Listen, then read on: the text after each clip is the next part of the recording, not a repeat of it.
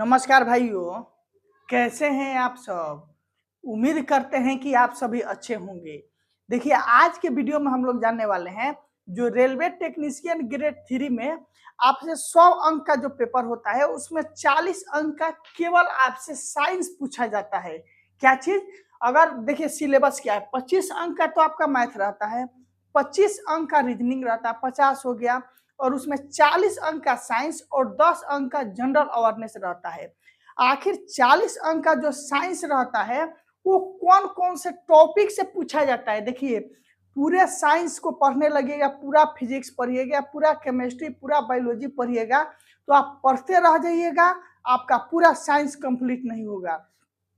हम आपके पास जो लेकर आए हैं साइंस के वो टॉपिक लेकर आए हैं। इतना देखकर नहीं घबराना, ये सब चीज जो भी चीज है ये आपका टॉपिक है, चैप्टर कोई नहीं है, ये टॉपिक है। एक दिन में चाहिएगा तो 3 से 4 टॉपिक को पढ़ लीजिएगा, आपका 30 दिन में पूरा साइंस कंप्लीट हो जाएगा और 40 में 30 अंक पक्का यहाँ से आपका बनने लगेगा। केवल टॉपिक वाइज थ्योरी बेहतरीन ढंग से पढ़ लेते हैं। इस साइंस के थ्योरी को, टॉपिक को समझना है कि भौतिकी यानी फिजिक्स से कौन कौन टॉपिक पूछा जाता है, रसायन यानी केमिस्ट्री से कौन कौन टॉपिक पूछा जाता है, बायोलॉजी यानी जीव विज्ञान से आपका कौन कौन से टॉपिक से आपके एग्जाम में प्रश्न पूछा जाता है। जब तक सिलेबस को टॉपिक वाइज डिफाइन नहीं करके पढ़िएगा तो कम समय में बेहतरीन ढंग से तैयारी आपका नहीं हो सकता है। इसलिए इस वीडियो में हर कुछ डिटेल से बताएंगे और बहुत जल्द जितने टॉपिक लिखाए हैं सभी टॉपिक का एक एक करके क्लास देना आपका चालू कर देंगे। रेलवे टेक्नीशियन एग्जाम शुरू होने से पहले जितना टॉपिक लिखा गया है सभी टॉपिक को कंप्लीट कराएंगे। देखिए, जब तक थ्योरी आपका क्लियर नहीं रहेगा तब तक आपसे एमसीक्यू क्वेश्चन नहीं बन सकता। साइंस का एमसीक्यू क्वेश्चन अगर रटते हैं तो टीसीएस ऐसे घुमाकर पूछता है कि रटने से आपसे क्वेश्चन नहीं बनेगा। चलिए अब हम वीडियो को स्टार्ट करते हैं। उससे पहले जो साथी मेरे नए होंगे, पहला बार चैनल पर वीडियो मेरा देख रहे होंगे, वो चैनल को सब्सक्राइब जरूर कीजिएगा। साथ में कमेंट में अपने टेलीग्राम चैनल का लिंक दिए हैं, टेलीग्राम से भी जुड़ जाइएगा। देखिए, आपके सामने दिखाई दे रहा है भौतिकी। पहले ये जानिए फिजिक्स से आपके कौन कौन से टॉपिक से क्वेश्चन पूछा जाता है। मात्रक और बीमा 100% है कि आपका मात्रक और बीमा से जबरदस्त क्वेश्चन 2 से 3 पूछा जाता है। उसके बाद अगला है आपका बल कार्य। देखिए, छोटा छोटा टॉपिक है, बल कार्य वेग सब हो गया। एक बार बैठिएगा 1 घंटा के लिए तो 2 से 3 टॉपिक का थ्योरी अच्छा से क्लियर कर लीजिएगा। मात्रक और बीमा से पूछा जाता है, बल कार्य से पूछा जाता है। लास्ट में समय देंगे आपको फोटो लेने के लिए, पहले समझिए। उसके बाद वेग से पूछा जाता है, ध्वनि से भी आपके एग्जाम में प्रश्न पूछा जाता है। अगला जो टॉपिक है तरंग से पूछा जाता है, टॉपिक बता रहे हैं, चैप्टर नहीं है। उसके बाद ऊर्जा एनर्जी से पूछा जाता है। उष्मा यानी हीट से आपके एग्जाम में प्रश्न पूछा जाता है। प्रकाश यानी लाइट चैप्टर से भी आपके एग्जाम में प्रश्न पूछे जाते हैं। विद्युत से पूछा जाता है, विद्युत के बारे में। चुंबक से आपके एग्जाम में प्रश्न रहता है। गति से रहता है, गुरुत्वाकर्षण से रहता है। साथ में उत्तोलक यानी मशीन के बारे में पूछा जाता है, कौन किस श्रेणी का मशीन है। बल आघूर्ण से आपके एग्जाम में प्रश्न रहता है और सदिश अदिश से भी क्वेश्चन रहता है। यानी फिजिक्स से इन सभी टॉपिकों से रहता है। कौन कौन? मात्रक, बीमा, बल कार्य वेग, ध्वनि, तरंग, ऊर्जा, उष्मा, प्रकाश, विद्युत, चुंबक, गति, गुरुत्वाकर्षण, उत्तोलक, बल आघूर्ण, सदिश और अदिश।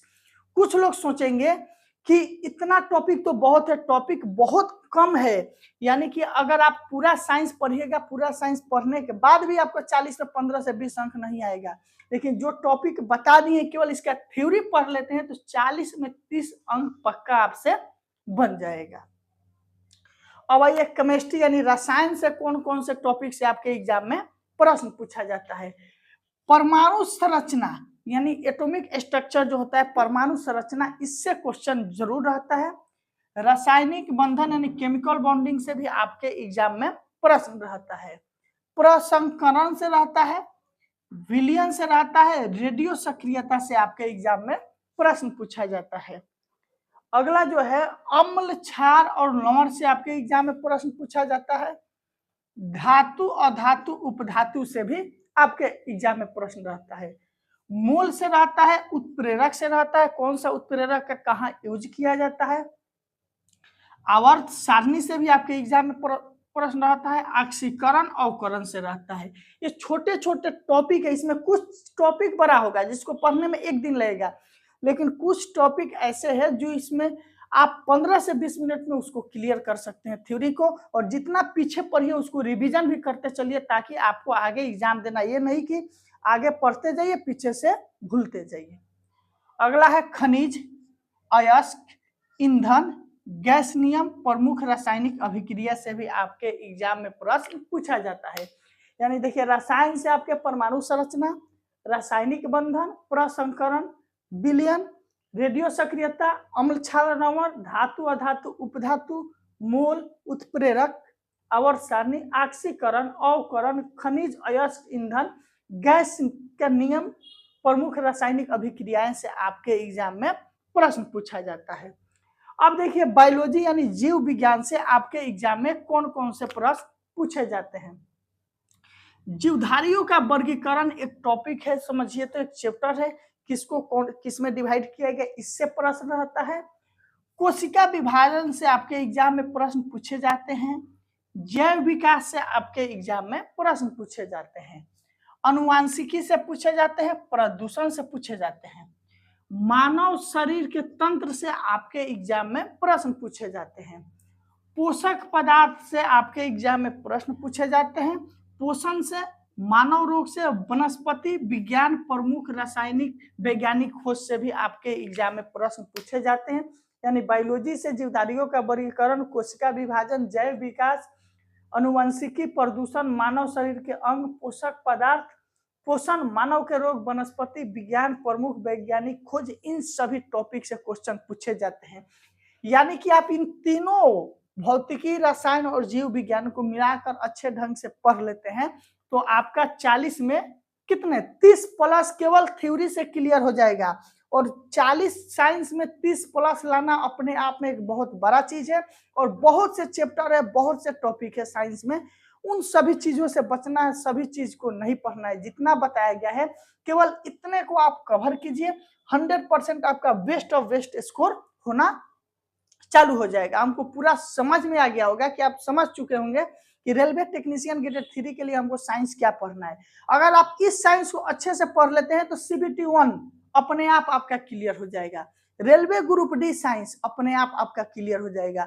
यानी कि रेलवे टेक्नीशियन ग्रेड 3 के साइंस में ही LP CBT 1 का साइंस और ग्रुप डी का साइंस निर्भर रहता है। इसलिए टेक्नीशियन ग्रेड 3 के साइंस को मजबूत कीजिए, सब कुछ अपने आप क्लियर हो जाएगा।